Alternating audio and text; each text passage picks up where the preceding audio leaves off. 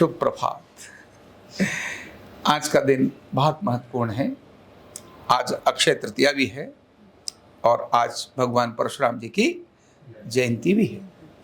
लेकिन इन दोनों के बारे में हम में से कुछ लोग जानते हैं क्या क्या है, भगवान परशुराम क्या थे, अक्षय तृतीया क्यों मनाई जाती है। तो ज़्यादातर लोगों को यही पता रहता है कि आज के दिन किसी का भी विवाह करना हो और कोई मुहूर्त नहीं निकल रहा हो तो क्या करना चाहिए, अक्षय तृतीया वाले दिन शादी कर दो, सारे मुहूर्त की जरूरत नहीं है।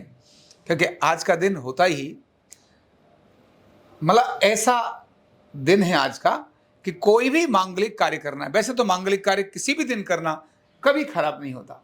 मांगलिक मतलब अच्छा काम। किसी ने कहा अच्छा काम कब करें, अच्छे काम को करने के लिए तिथि देख लो।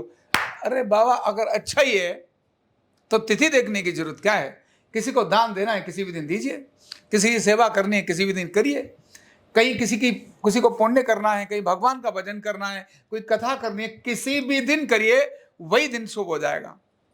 लेकिन कुछ ऐसे कार्य होते हैं जो कार्मिक होते हैं, जिनको हम, जैसे घर में विवाह है ना, नामकरण है, कुछ ऐसे, कोई अपना गृह प्रवेश है, अगर इस प्रकार के कुछ क्रम करने हैं तो उस समय पर मुहूर्त जरूर देखा जाता है। तो आज का जो मुहूर्त होता है वो कैसा होता है, अक्षय, जिसका कभी नाश नहीं होता, जो शुद्ध और पवित्र होता है। कोई भी काम आज के दिन शुरू किया जा सकता है। और इसमें दो बड़ी घटनाएं जो जुड़ी हैं वो है अक्षय तृतीया। आज का दिन जो तृतीया है, यानी वैशाख मास की जो ये तृतीया है, इसको अक्षय तृतीया के नाम से जानते हैं।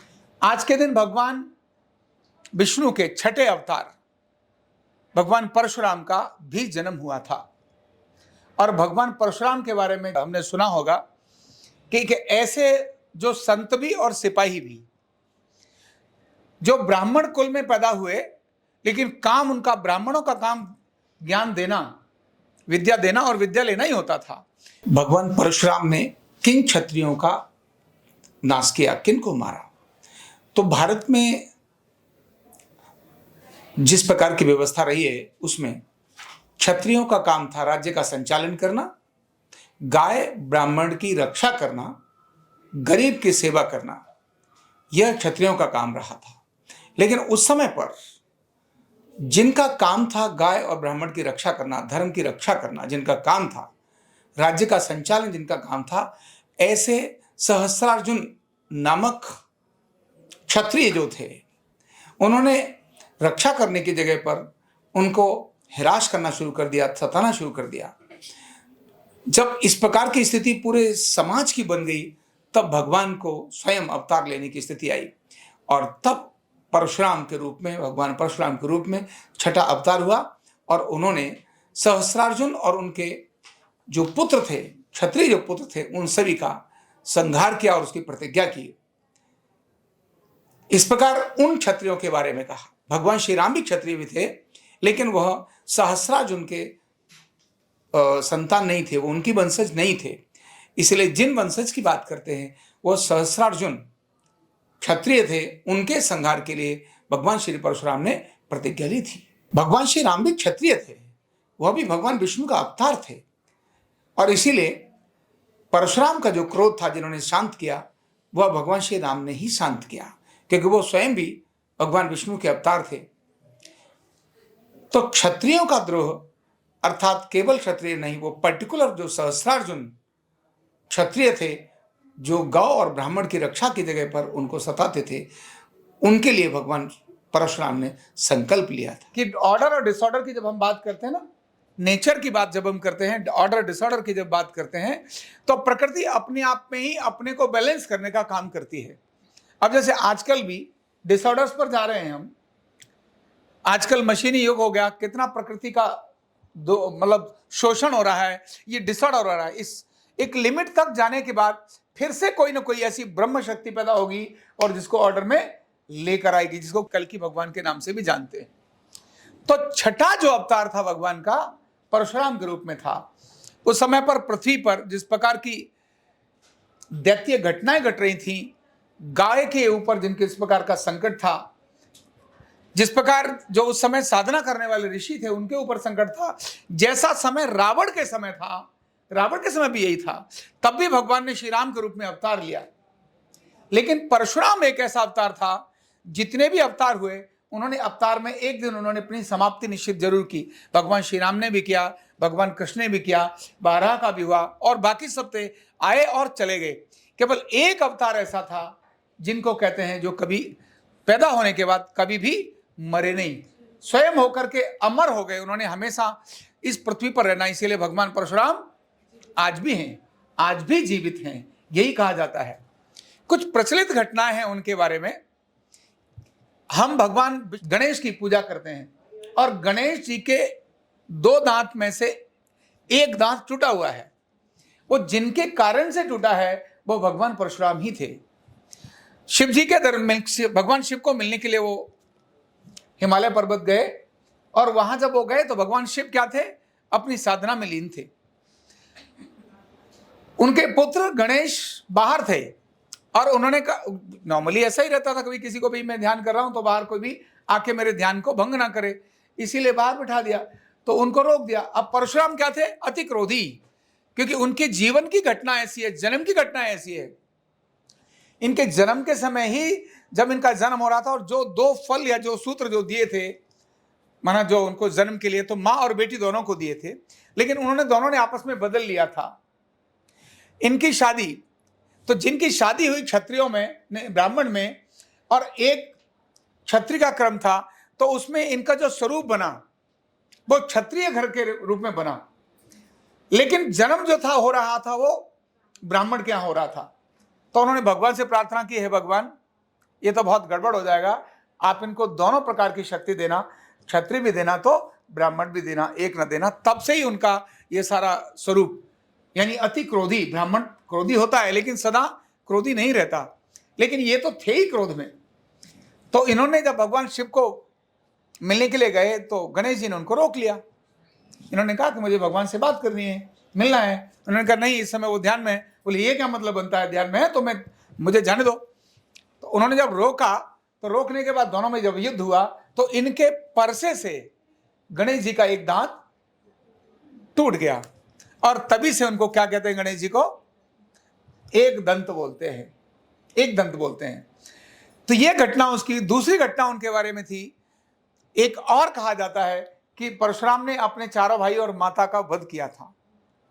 उनके पिता थे जमदग्नि, तो उनके पिता के आदेश पर, बहुत बड़े संत थे, बहुत ऊंची अवस्था में थे, पूजा करने के लिए बैठे थे, तो उन्होंने उनको कहा कि जरा वो लेकर आओ पूजा के लिए, फूल लेकर आओ नदी से और कुछ लेकर आओ। तो वो जब गई तो वहां नदी में कुछ लोग स्नान कर रहे थे। उन स्नान करते हुए लोगों को देखने के कारण से इन्हें देरी हो गई, और इनकी पूजा में इनको देरी हो गई। इससे इनको क्रोध आया, और जब क्रोध आया तो उन्होंने चारों पुत्रों को बोला कि अपनी मां को खत्म करो, इनके कारण से मेरी पूजा देरी हुई है। चारों पुत्रों ने कहा हम नहीं करेंगे, हम अपनी मां को कैसे खत्म करेंगे, मां को खत्म नहीं करते। इतनी देर में परशुराम आए, उन्होंने कहा परशुराम तुम अपने चारों भाइयों को और अपनी मां को खत्म करो, इसी समय इनको मृत्युदंड दो। पिता की आज्ञा पाकर उन्होंने चारों भाइयों का और माता का वध कर दिया। जब उन्होंने वध कर दिया तो पिताजी ने कहा मैं तुम्हारे पिता की आज्ञा पालन से प्रसन्न हुआ, अब तुम वरदान मांगो।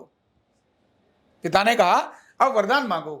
तो भगवान परशुराम ने उनसे कहा हे पिताजी, अगर आप मुझे वरदान ही देना चाहते हो तो इन पांचों को, मां को भी और मेरे भाइयों को भी पुनर्जीवित कर दो, लेकिन एक कंडीशन के साथ कि इन्हें यह स्मरण भी नहीं रहना चाहिए कि मैंने इनका वध किया है, इनकी स्मृति एक खत्म हो जाए। उन्होंने कहा तथास्तु, और इस प्रकार से चारों भाई और मां फिर से जीवित हो गए। ये अद्भुत बात है, ये भारत का ही विज्ञान है कि किसी को उसी समय गर्दन काट दी जाए और फिर से उसको जीवित कर दिया जाए, एक बहुत अद्भुत चीज है। इसी प्रकार भगवान परशुराम,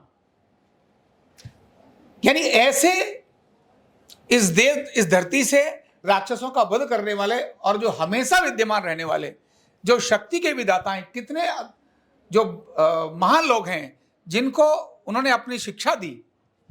हम जानते हैं कर्ण के कौन गुरु थे, परशुराम थे। कौन थे? परशुराम थे। और परशुराम नाम क्यों जाना जाता? क्योंकि उनके पास में परसा था। जब उन्होंने साधना की तो भगवान शिव ने उन्हें परशु भेंट किया था, जिसके कारण से उनका नाम परशुराम पड़ा। अब अक्षय तृतीया के बारे में बताते हैं। तो अक्षय तृतीया के बारे में हम जानते हैं कि भाई आज लक्ष्मी जी की पूजा करते हैं, जल पिलाते हैं और ये बहुत सारे अनेक ऐसे काम करते हैं। तो ऐसा कहा जाता है कि आज के दिन ही जितने युग शुरू हुए ना, युग, वो आज के दिन ही शुरू हुए थे। भगवान गणेश ने आज के दिन ही महाभारत लिखना शुरू किया था। भारत अद्भुत है, राम के पैदा होने से पहले रामायण लिख गई और महाभारत होने से पहले महाभारत लिख गया। भगवान गणेश ने पहले से ही उनको लिख दिया। और आज ही मानते हैं कि गंगा जी का अवतरण भी, ऐसे तो गंगा दशहरा के दिन हुआ था, लेकिन आज की घटना भी गंगा जी के साथ जुड़ी है।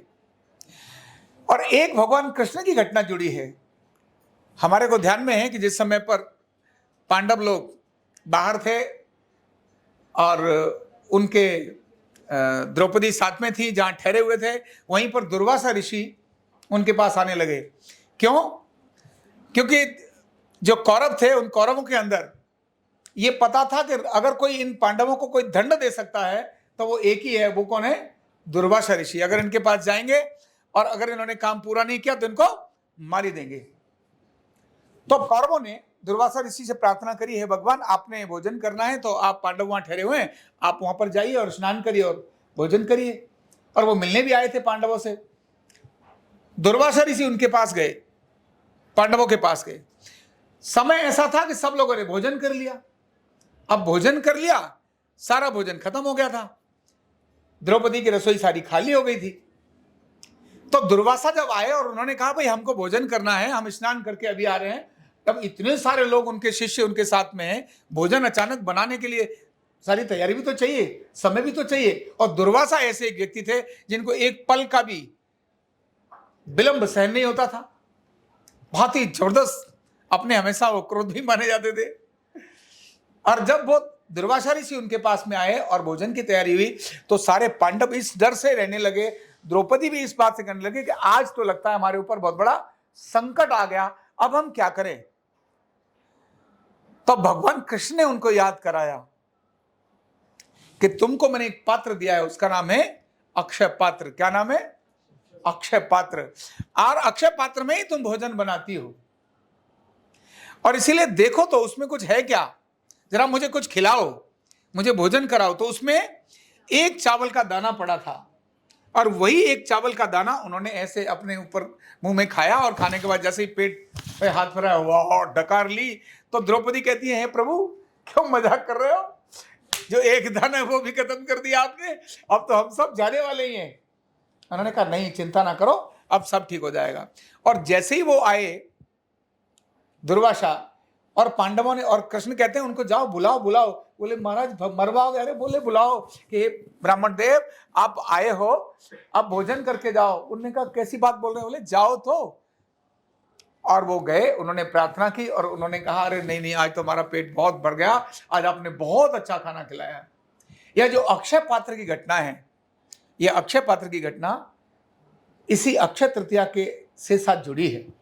भगवान कृष्ण ने पांडवों को यही पात्र आज के दिन ही दिया था, और इसीलिए आज का दिन ध्यान साधना, पूजा करने का, भगवान शिव की पूजा करने का, लक्ष्मी की पूजा करने का, गणेश की पूजा करने का, कुबेर की पूजा करने का एक बहुत बड़ा दिन भी है।